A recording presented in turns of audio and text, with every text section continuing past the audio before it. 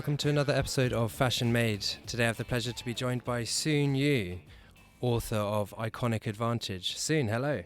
Hello, how you doing? Yeah, very well, thank you. Very well. Welcome to Fashion Made. Thanks. Really appreciate the opportunity to speak with you and the audience. Fantastic. You've written a best-selling book called Iconic Advantage. Obviously, this is all about not just the biggest brands in the world today, but also how this applies to smaller brands as well. That's absolutely right. This is from everything from, you're right, Fortune 500 brands, but it applies to a pizza parlor in Noe Valley in San Francisco. And it also applies in many ways to how you think about your own personal branding and how you want to become iconic and timelessly relevant with your audience in your career. Absolutely. I guess the obvious question is, why should we be innovating the old instead of chasing the new? That's right. That's the basic premise of the book. And you see, I spent most of my life, David, actually chasing the new. When I was at VF, a large apparel company, I was responsible for innovation. And a lot of that was trying to bring in a lot of new ideas into the organization and try to see them through our 30 different brands. And we had a lot of success. But what I found is that where we had the most success is when we took a lot of the shiny new ideas, and instead of trying to go after and create new brands or new spaces, is when we took those shiny new ideas and actually applied them against existing successful franchises, iconic franchises. And if anything, those, one, immediately had more traction, and two, it also was a safer place to try out the new innovation because you already had a lot of built-in momentum. And if anything, it just added a lot of new news and kept that existing franchise even more iconic. And so that's what I mean by saying this idea of innovating the old. Innovation itself is sort of this idea of bringing in something new that is of value. All I'm saying is where you commercialize it, instead of just trying to create something brand new, commercialize it against something you already have that already has existing momentum, strength, customers, channels, manufacturing lines, all of that. Okay, so it's a strategy, obviously. Yes. No, you picked up on a strategy. Most people think the book is a branding document, which there are definitely elements about branding and design in it. But at the heart of it, it is really this idea of choices. And choices are all about strategy. And therefore, it is, in fact, a strategy of where you focus your innovation. Okay.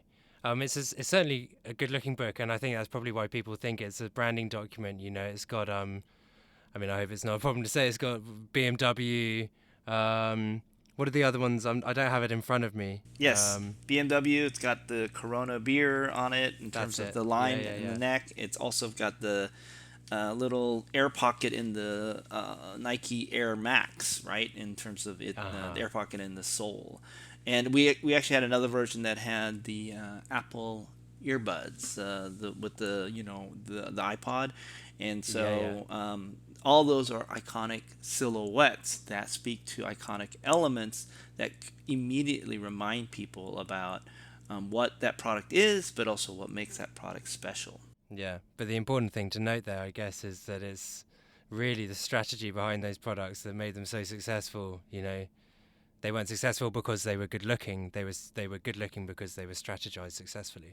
Yeah, that's a really good point. That was one of the big learnings when I researched 50 companies that were, taking this sort of strategy of innovating the old, was that becoming iconic was actually a very intentful, deliberate strategy. It wasn't something that happened by accident. It wasn't something just because you were around long enough you somehow luckily achieved iconic status. It was a very deliberate strategy to build iconicity into existing products and to continue to keep the iconicity of existing iconic franchises. Yeah, absolutely. Well, let's focus on your time at VF there. I don't know how much you can tell us about specifics, but it'd be interesting to get a little sort of just a few words from you, really, about how you thought about this when you were at VF. Sure. Well, one of the big pieces of information that I was able to uncover is just how profitable iconic franchises were within the VF portfolio. Without giving away specifics, let's just say our top 14 iconic franchises in the company represented, let's say, double digits of our both our revenue and our profit, and that's 14 franchises out of maybe 6,000 we produced. Remember, we had 30 different brands, and each one of those brands had hundreds of product franchises. And so, out of 6,000, you would imagine that only 14 would be worth that much, but they were. And so, it was sort of a big aha for us. And the other thing we learned when we were doing our research is that if one of the 30 brands did not have an existing iconic franchise, their general gross margin for the entire business was actually lower than those that actually had a few or a couple iconic franchises. And it makes a lot of sense. If you have iconic franchise, one, it's probably the most profitable component in your portfolio. We call them the cash cows, right? Also, they are probably the highest volume. And the third element that's really critical is they tend to halo the entire brand. And so it's really hard to separate the idea of the North Face and not think of the Denali jacket. It's very hard to think of Timberland and not think of the yellow boot. It's very hard to think of Vans and not to think of the classic checkered slip-ons. All those iconic franchises halo the entire brand and benefit all the other products. So let's then apply that to a smaller company. It could be the pizza place, or it could be a small fashion and apparel company. How do you get... Does iconic advantage only apply to something when you've got that headline product, that cash cow that's doing well? Or can you apply it to a situation where you're trying to develop a cash cow? No, absolutely. The whole book is actually, well, not the whole book. A good portion of the book is really dedicated to actually how do you create an iconic franchise. And then a good portion is obviously dedicated to once you have one, how do you sustain it? And so I work with a lot of startups. A couple of them are actually fashion startups. Most of them are tech startups. But this applies to any type of startup, regardless of the industry that you're focused on. And it's this. Most of the startups I work with are either trying to be the fastest out to the marketplace, either the biggest in terms of, scale, or maybe having the best bells and whistles in terms of technology. And I always say, look, it isn't the biggest, nor the baddest, nor the fastest mousetrap that gets the mice. It's the one with the stinkiest cheese. So from day one, you need to be thinking about, what's my stinky cheese? And more importantly, how do I make it as fragrant as possible? What is the story I'm telling about it that makes it fragrant? What is the innovation around the smell that makes it really fragrant? What is the design that also makes it really fragrant? And so thinking about this idea of fragrance, it's really about creating something that stands out versus the competition. And when we looked across these 50 brands and looked across all their iconic franchises within these brands, we noticed three things that really stood out about iconic brands and iconic franchises, whether they were products or services. And these were the three things. One, they were highly distinctive. They stood out versus the competition. There's something about it that was unique and memorable. Number two, whatever that distinction was, okay, whatever they were, uniquely known for and memorable for, it was highly relevant to the audience they want to become iconic to. And it wasn't just relevant today or yesterday, but it was going to be relevant going forward. It was this idea that it was timelessly relevant. And then lastly, they were able to take this distinctive relevance and create universal recognition with the audience that they wanted to become iconic to. So this idea of universal recognition was sort of the third element. And so if you can create distinctive relevance and be universally recognized for that over time, in other words, having longevity, then you become the standard bearer for that distinctive relevance, and thereby you become iconic. So the first step for every startup to think about is what makes you distinctively relevant. And so this applies, like I said, to that pizza parlor. When they thought about it, we could just be like any other pizza joint in San Francisco. but they chose an iconic ingredient that's very synonymous with the San Francisco area, which is sourdough bread. And they used elements of sourdough in the process of making something, rise that's very sour, and applied it in their pie making. And that's how they became really iconic. And the same thing is true for your audience, those who are looking at startups. I was talking to this one handbag company, and I was talking to the founder, and I said, what makes your handbag different than others? Oh, the material's high quality, and it's a more reasonable price point, and we source our materials from Italy, blah, blah, blah. So it's a really great story. But I said, but also, is there anything about it, whether it be where you source it from that's super unique, or your silhouette, or even your latch, or the functionality? Is there something about it that actually makes it stand out versus the competition that you can then use it in your communication, and that becomes a shortcut for what makes you different versus the competition? So I want to encourage the audience, those who are working on small startups, to really be thinking about that. If you think about, Louboutin, he was, at one point obscure and unknown, but he's famous for high heel shoes with red bottoms. Who had ever thought about putting red where you're actually going to scrape it and walk it? But he did. And that it was also a sign that his shoes were a cut above, and so special that you would actually be walking on the signature element of the shoe. Yeah, well, that's it. When you put a product feature as your brand, and often that is your branding is in your advertising. It's often a part of your product, right? That's absolutely right. Yep. Yeah, so that is probably the important distinction. Once that branding then becomes iconic, i.e., as you were saying, you have that universal distinction. Yep. Then that's kind of yours, and that's, I guess, what's made Louboutin. Apart from his incredibly well-designed shoes, I'm sure I've never put on a pair, but I'm. You don't have a closet full of Louboutins? If I do, they're staying locked in the closet, very much so. I'm sure that's one of those things that has made the guy, an icon within the industry. Absolutely. Is it a misconception amongst brands that success is always chasing kind of what's new? Are people always trying to do this? Well, is it I would say this. I think you have to be fresh, okay? And being fresh means that you have to be able to infuse what's new, what's interesting, what's exciting, what's different. But the key to staying timelessly relevant, the key to that is being able to marry the new with the old. See, people like components of the old. With old, if they see something that's a signature element that they've seen over time, to them it creates a certain degree of familiarity. And familiarity breeds trust, and trust leads to higher sort of consideration and purchase intent.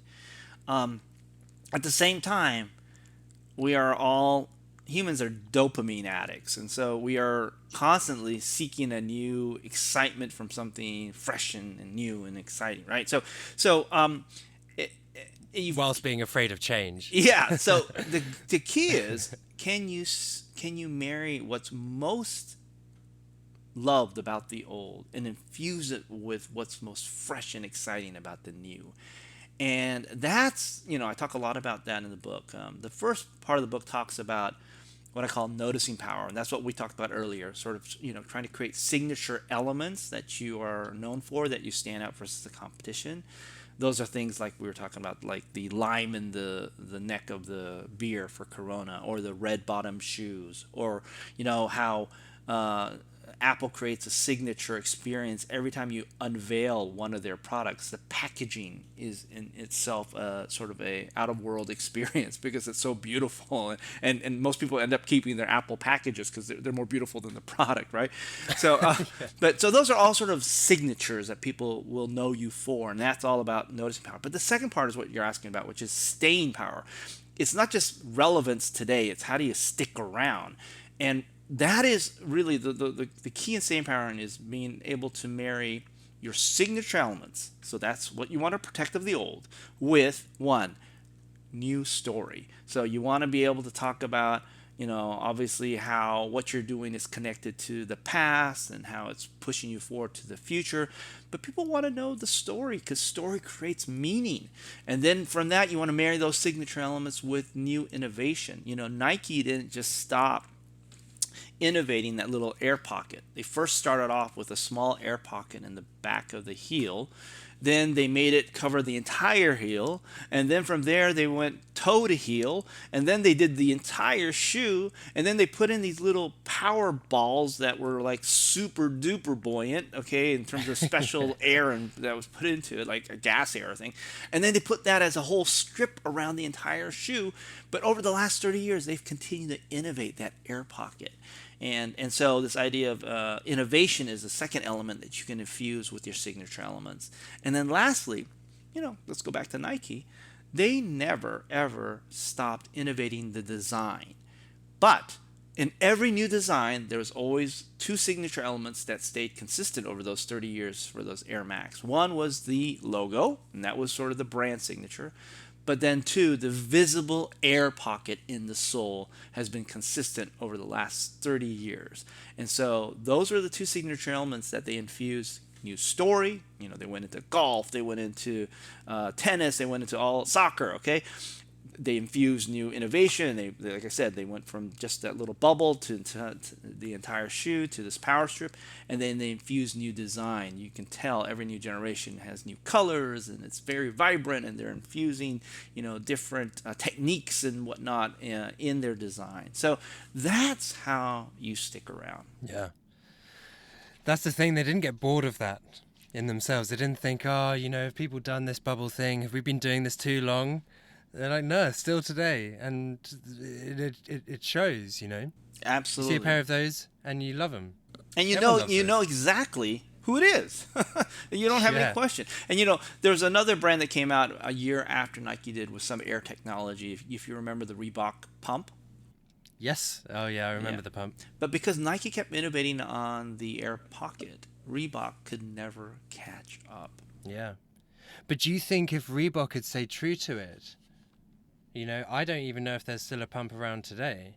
But do you think if they just kept doing what Nike did, maybe they'll never achieve what Nike did with their shoes? Well, I think I think the idea of what Reebok had was very interesting, which was you could actually customize the level of support you wanted by pumping it, right? And everyone could sort of, it's kind of like those new mattresses, the Sleep Number ones, right? How stiff you want to make it. I think what happened is they didn't talk about it necessarily in those terms. I think they were trying to go head to head with Nike, and I honestly think if they, to your point, would have really been focused on this idea of customization or sort of personalization, that could have been a whole genre that they could have created. And it would have been sort of this air pocket versus pump comparison. And they would have been totally talked about in totally different ways. Because for Nike, the air pocket was all about buoyancy and support when you are jumping and cushioning. Because most trainers lose about 40% of their support in the lifetime of the shoe. But a pocket of air never loses its bounce. And that's what was brilliant about that. So I think if to your point, if Reebok would have focused on what the real benefit of their technology was and then really tried to innovate around this idea of personalization, that might have worked well. Yeah, I mean, I guess if Reebok had, they would have been unlocking the value in their existing product base. I guess if they had gone on a little bit more, it's quite interesting when you talk about customization. That's obviously a really huge thing these days that brands like some of your former colleagues at VF have been doing very well at. Yeah, Vans is a good example of that.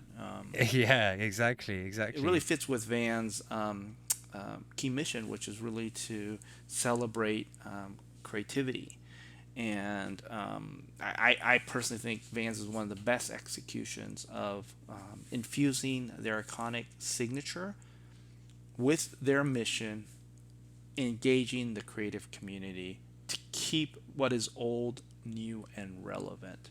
And that is the secret of creating iconic franchises, is that ability to know what your signature elements, to protect them, but then to invite the rest of the world, whether it be new ideas, new people, new designers, to come in and celebrate the signature elements in their own way and interpret it. And what's nice about the Vans is that you not only can create your own personalized designs, but you can go on Etsy and basically there's a whole marketplace for people that have taken the Vans shoes and created original artwork with them. Yeah, I mean, they've really, that's the thing. When you have that core product that's so amazing, you're just giving it to people and like, hey, you can do the artwork now. You know, it's up to you. Do whatever you want with it. But you can't do that with any old shoe. It has to have that classic design, you know? That's absolutely right. And you have to know when you're working with people, what are the parameters that they can play with and what are the parameters that need to be protected. And that's evidence of a company that really understands their iconic brand language. The key to any iconic brand language is two things. What are the signature elements that you need to protect? And then what are the areas that you're allowed to play with? And so you have to make sure that you understand both of those. You can't just say, the problem with most branding documents is that they tend to be very restrictive, and all they talk about is what you're not allowed to touch and what has to stay in place. What they don't celebrate is, well, how will you then infuse new story, new innovation, and new design into the business? And a strong iconic brand language document will talk about both. Yeah, you're absolutely right. Those two things. I mean, you can't, mess around with the swoosh. No, you can't miss it. But you might be able to do some, stuff around the shoe, or, for example, the classic slip-on for Vans. I'm sure you can't mess with the silhouette. You're not going to be able to mess with the idea of where the logo goes in the back of the shoe or how it's vulcanized. But the top is a canvas for creativity, and they clearly communicate that that's important. And I think, Converse has also done the same thing. I think Converse is a really exciting brand that has a lot of the same elements in terms of, the metal grommets, where the Chuck Taylor logo goes. All of that, I think, is also very well codified. And this ability to bring in artists and other people to come in and reinterpret the brand is what keeps the brands like Vans, like Converse, really exciting. Absolutely.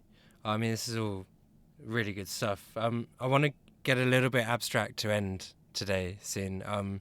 When I was reading about you in the book and everything that it means, I wondered whether this kind of thing can be applied not just to business, but maybe to your, to your personal life as well. You take all the commercialization of everything away, and can this kind of ideology or strategy be implemented in one's personal life, and would it be a good fit? So my simple answer is yes. Let me sort of explain maybe a little bit more in terms of why and how. Why you do it is, let's face it, world's competitive, and one of the worst ways to compete is to bring other people down, and so I'd never suggest that. But if you can, if you're dedicated to improving yourself and you're willing to put in the time, the effort, be resourceful about it, be thoughtful about it, be creative about it, and treat yourself as, I always say, a product prototype, then why not be successful from that, right? Why not get advantage because you put in the hours and you thought about it smarter and you were strategic about it? You should be able to reap the benefits if you're willing to work harder than other people and willing to be more creative and willing to take some risk on yourself. Assuming you're willing to do all those things, then how would you go about doing that? Well, I do think, early on, you probably know some things that you like to do. You probably know some things of what you like to do that really other people are really either impressed with or really find valuable or really sort of have a positive impact on them. And third, there's probably something that you do better than other people. So if you actually have something that you're pretty good at, that people really appreciate or value, that also makes you stand out about other people, then hell yeah, that should be your key point of difference that maybe you create a signature around. I think what happens is most people go through their careers and they avoid getting performance reviews. And let's face it, no one likes performance reviews, because what people don't like is the 10 or 20% of the review that talks about your areas of improvement, right? And even though there's this 80% that says you did this well, you did that well, you're progressing here, and you're on track there, we tend to fixate on that 20%, which is very human nature, but it's also the wrong strategy. I always say this: look, that 20% that you're not doing well, take a look at it and take a hard look at it and say, is it to the level where it is an annoyance? Meaning that, if I don't at least get that to a certain level, it is going to hold me back for the rest of my career. And if that is the case, then definitely get it to what I call the bare minimum, but nothing more than the bare minimum, to make it not a deficiency. But do not, what happens is people tend to take that glaring deficiency and try to make it a strength, and they take courses on it, they try to make it, they somehow try to flip that into something that was, and they triple down their investment on it. I say do the bare minimum to get it to a level where it's acceptable and it doesn't become a glaring omission or something. Then take your remaining energy and find one or two key strengths that, one, you love and you enjoy doing, and that people really value, and triple down on those and make those your signatures.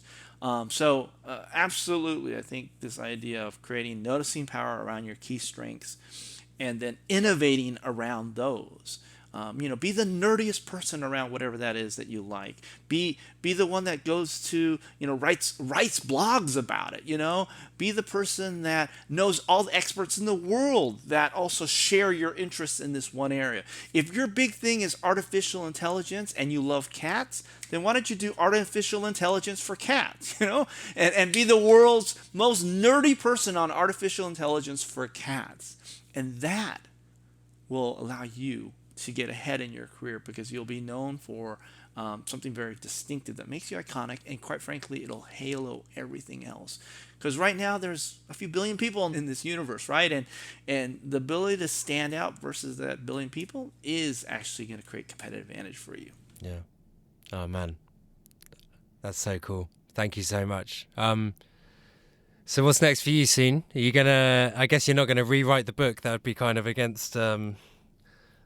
Against your major principles, right? The book's doing well, and I think somebody told me what's in it is, and what's nice is that it's evergreen, meaning that the ideas here will probably apply for the next 20, 30 years, and hopefully apply when my son's my age. And so I think that part is interesting. But to your point, I've been thinking a lot about this idea of not only iconic brands, but iconic categories.